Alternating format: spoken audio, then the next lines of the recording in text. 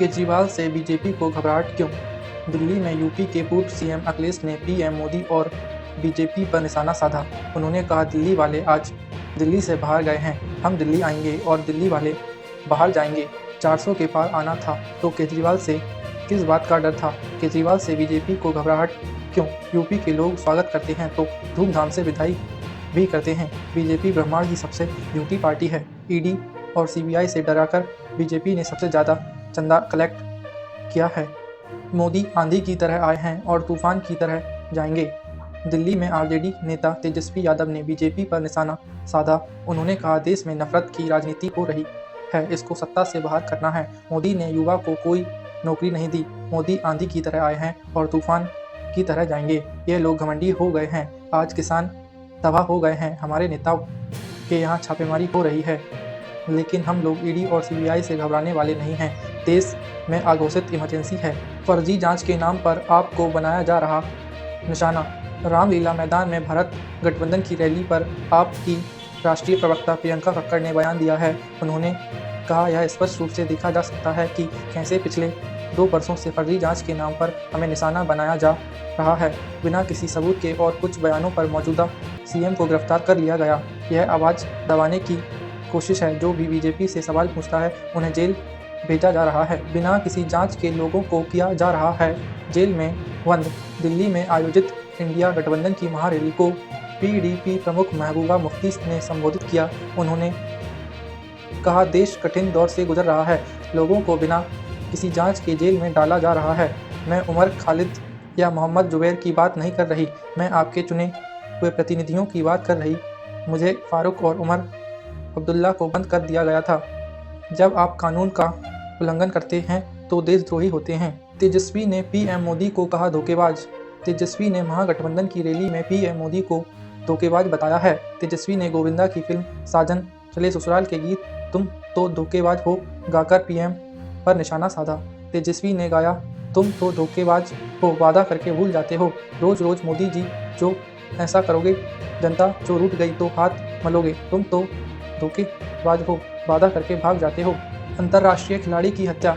झारखंड के हजारीबाग में अंतर्राष्ट्रीय पैरा बैडमिंटन खिलाड़ी प्रशांत कुमार सिन्हा की गला दबाकर हत्या कर दी गई है। खिलाड़ी की हत्या उसी की प्रेमिका काजल सिन्हा ने अपने नए प्रेमी रौनक कुमार के साथ मिलकर की है। प्रशांत 2023 में थाईलैंड में आयोजित पारा ओलंपिक खेल में भारत का प्रतिनिधित्व कर चुका था। दोनों आरोपी को गिरफ्तार कर लिया गया है। पुलिस मामले की छानबीन कर रही है। म्यूचुअल फंड के निवेशकों को मिली राहत। आज फाइनेंशियल ईयर की क्लोजिंग के साथ कई अहम कामों की डेडलाइन भी है। म्यूचुअल फंड केवाईसी की डेडलाइन उनमें से एक है। हालांकि निवेशकों को राहत मिल गई है। अब डेडलाइन यानी 31 मार्च 2024 तक फ्रेश केवाईसी नहीं कराने पर म्यूचुअल फंड अकाउंट ब्लॉक नहीं किए जाएंगे, बल्कि उन्हें होल्ड पर डाला जाएगा। जैसे ही निवेशक फ्रेश केवाईसी कराएंगे, उनके म्यूचुअल फंड अकाउंट को होल्ड से हटा दिया जाएगा। पाकिस्तान टीम के कप्तान बने बाबर आजम। बाबर आजम को दोबारा पाकिस्तान टीम का कप्तान चुना गया है। बाबर T20 और वनडे फॉर्मेट में पाकिस्तान टीम की कमान संभालेंगे। पाकिस्तान क्रिकेट बोर्ड के अध्यक्ष मोहसिन नकवी ने सिलेक्शन कमेटी की सिफारिश के बाद बाबर को यह जिम्मेदारी दी है। बता दें कि भारत में खेले गए वनडे वर्ल्ड कप 2023 में खराब प्रदर्शन के बाद बाबर आजम ने तीनों फॉर्मेट की कप्तानी छोड़ दी थी। एल्विश और फाजिल पुरिया की बड़ी मुश्किलें।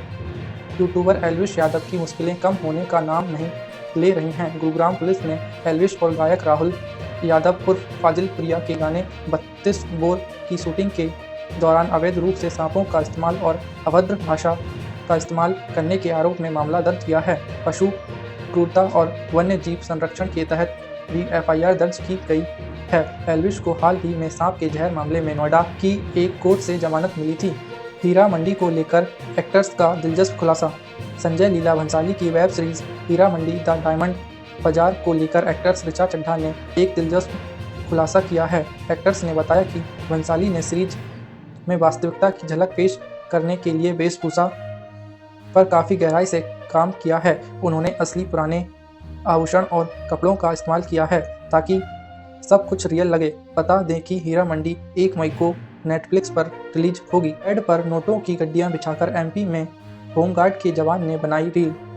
उज्जैन मध्य प्रदेश में होमगार्ड के एक जवान रवि शर्मा ने बिस्तर पर नोटों की गड्डियां बिछाकर रील बनाई है, जिसके वायरल होने के बाद जांच शुरू हुई है।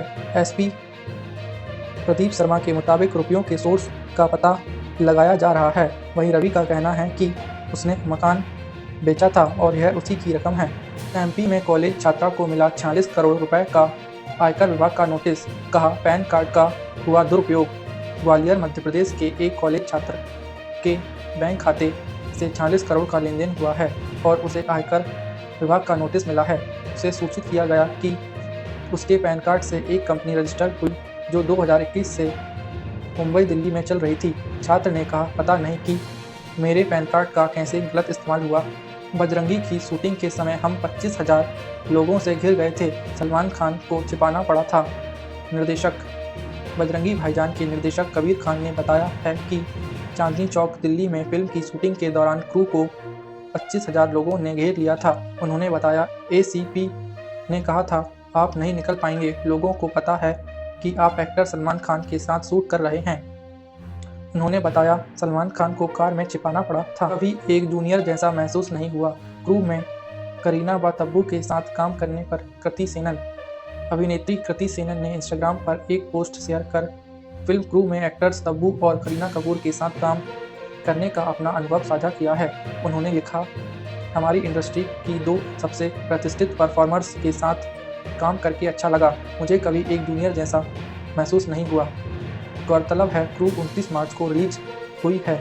उत्तराखंड में अनियंत्रित होकर खाई में गिरी कार, 2 लोगों की हुई मौत व 10 लोग घायल।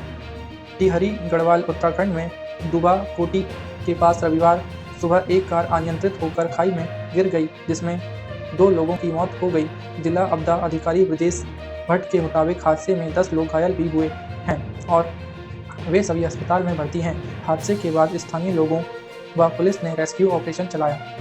आत्मघाती बम हमले के बाद चीन ने पाक में 2 परियोजनाओं पर रोका काम। पाकिस्तान में हुए आत्मघाती हमले में 5 चीनी नागरिकों की मौत के बाद चीन के कॉन्ट्रैक्टर्स ने पाकिस्तान में 2 महत्वपूर्ण परियोजनाओं के निर्माण कार्यों को रोक दिया है। कंपनियों ने दोबारा काम शुरू करने से पहले पाकिस्तानी अधिकारियों से नए सुरक्षा प्रबंध करने की मांग की है। बकौल रिपोर्ट्स, इन निर्माण स्थलों पर करीब 1250 चीनी नागरिक कार्यरत हैं। अब मनमोहन सिंह से माफ़ी मांगेंगे पीएम। प्रफुल्ल पटेल के खिलाफ सीबीआई जांच बंद होने पर कांग्रेस। एयर इंडिया घोटाला मामले में सीबीआई द्वारा क्लोजर रिपोर्ट दाखिल करने के बाद कांग्रेस नेता जयराम रमेश ने कहा कि अब प्रधानमंत्री नरेंद्र मोदी को पूर्व सीएम मनमोहन सिंह से माफ़ी मांगनी चाहिए। उन्होंने कहा, तत्कालीन मंत्री प्रफुल्ल पटेल बीजेपी में शामिल हो गए। बीजेपी की वॉशिंग मशीन में जाने से छवि साफ हो गई, इसलिए केस बंद हो गया।